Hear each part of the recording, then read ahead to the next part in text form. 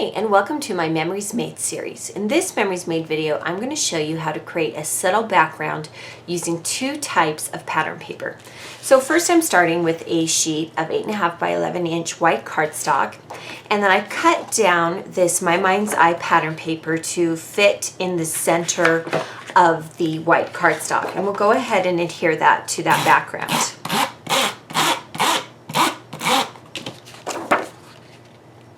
Now, when I am doing a technique like this, I like it best when it's a tone-on-tone pattern.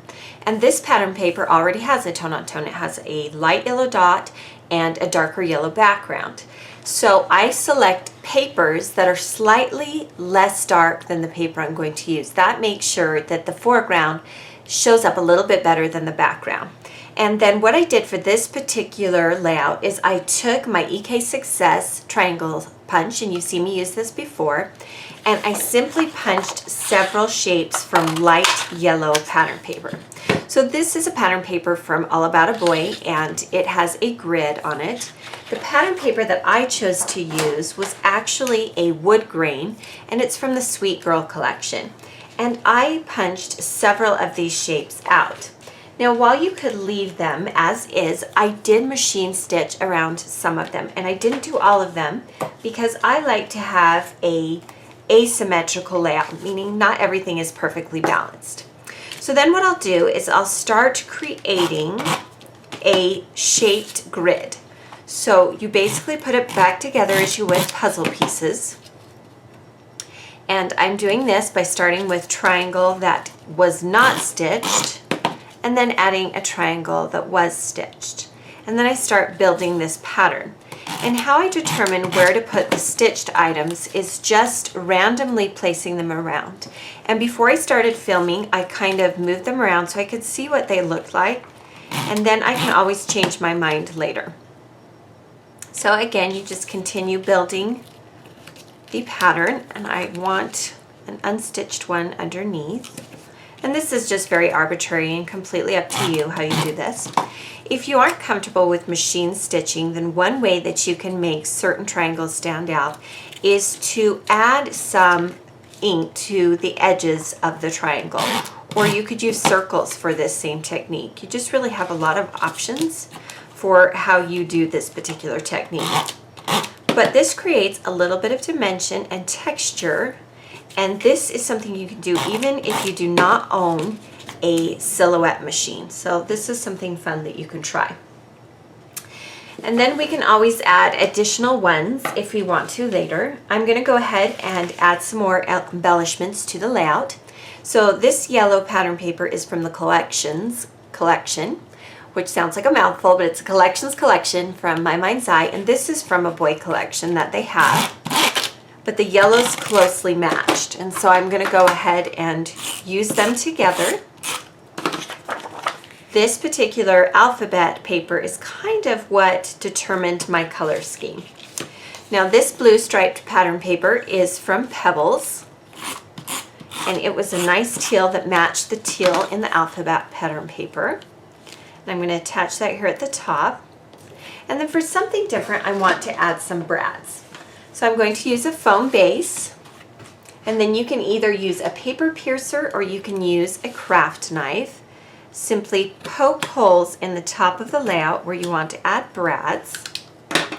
And then I have two brads that came from the All About a Boy brad collection from Echo Park Paper, and they're both yellow, and we'll just go ahead and add them at the top here.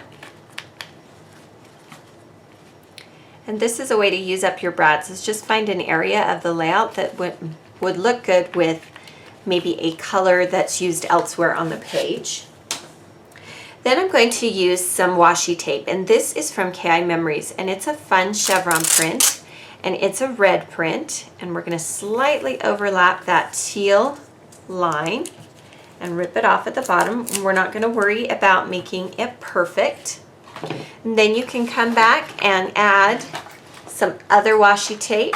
I'm going to add some from Bella Boulevard, and this is a yellow. You can see I'm just layering some different colors, and you could layer this as much as you want. Then here at the bottom, I'm using a 6x6 paper pad for this piece, and it is white dot on one side and diagonal on the other. This is from an Echo Park Paper Dots and Stripes paper pad. If you don't have that paper pad, something orange will match just as easily. Then I'm going to be using this chipboard frame, and there's several chipboard elements I'll use on this page, and they're from Little Yellow Bicycle, and I'm going to be placing it here. But before I add my photo, I want to add some embellishments behind the frame.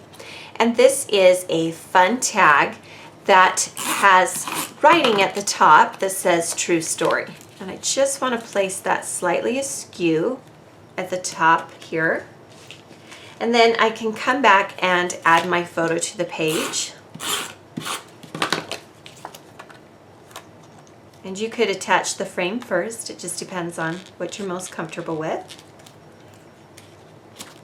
And then I'm going to attach my frame with some glue dots. These are not adhesive chipboard pieces. You do have to add adhesive to them. They come in a package and have a lot of different shapes. They have titles typically, and large frames and some other fun shapes. So that is fun.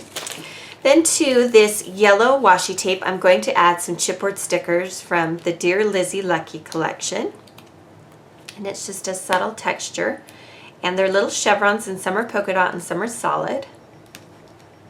Just bringing some of that teal back up to the top.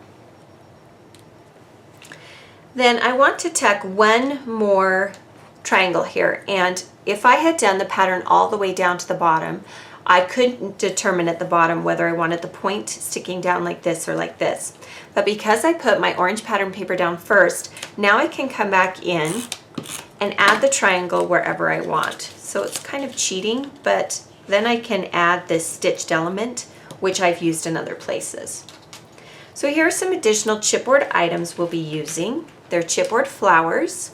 And I've tied these buttons with some craft crochet twine that you can get at any craft store. I'm going to add some journaling, and I've printed it out, and it talks about my daughter turning 16 and just how beautiful she's grown, but I want to add some stamping to this title. So I'm going to pull out my foam core base again. I like stamping onto this. And I'm going to use a stamp from Technique Tuesday that says, "You Make Me Smile." And I'm going to use crumb cake. I find that crumb cake from Stampin' Up! Works really, really well with craft. It's a subtle color, and it almost looks tone on tone, but it's just dark enough that you can still see it on the craft cardstock. And we'll go ahead and add this at the top of the journaling. Just press firmly. You don't need to rock it, just press it firmly. You can see how it looks with it stamped. And then before I place it down, I'm going to use some pigment ink. This is actually from Michael's, or if you have some Tim Holtz chalk ink, you can do this technique as well. And I'm simply rubbing it around the corners. You can see that it darkens it just a little bit. So let's go ahead and add it to our layout. We'll add it here at the bottom to this orange pattern paper, and we'll tuck it behind the frame.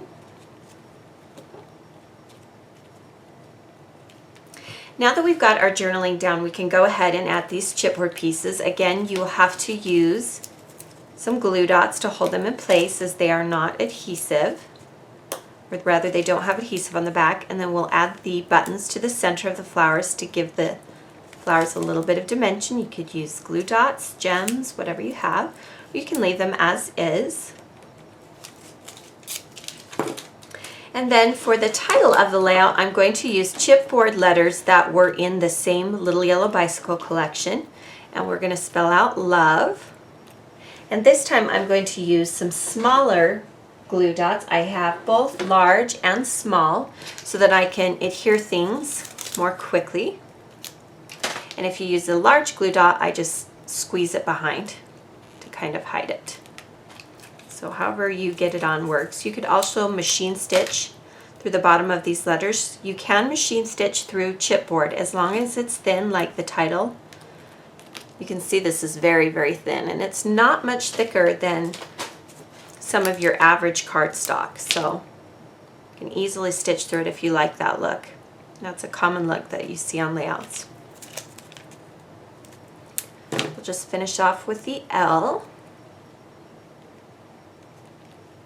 And then you can continue adding different things to the layout. I'm going to add some enamel dots. I'm going to add some orange ones. Again, I usually do a little visual triangle. So this was a really quick and simple layout, but you can see that by using a tone-on-tone punch or die cut in your background, it gives it a little bit more interest. Now I can add more to this layout if I want to. I can add a leaf die cut, I could add more gems and things. And let's go ahead and do a few more things and I'll show you how it looks. So I have this little Sizzix die cut. It is called Branch with Leaves, and I cut it out of some teal cardstock, and I've trimmed it so that it fit the shape that I'm working with. And I'm going to go ahead and add that by the frame, and I'm going to use a glue pen to add some adhesive to the back of this cut. And we're just going to layer both a small cut and a large cut. If you have a die cut shape like this, whether it's digital or it is manual, don't be afraid to cut it and use it in a new way. That's a great way to add some dimension, is kind of layer it up a little bit by cutting pieces out and layering them on top of each other. Just make sure you can still read the title. Layer it a little bit. So I added a little bit of teal, and that gives it a little more interest. So there you see how you can add all these embellishments to create a dynamic, easy to create layout. Thank you for joining me for today's Memories Made video. If you've missed any of the videos in this series, be sure to subscribe to my YouTube channel.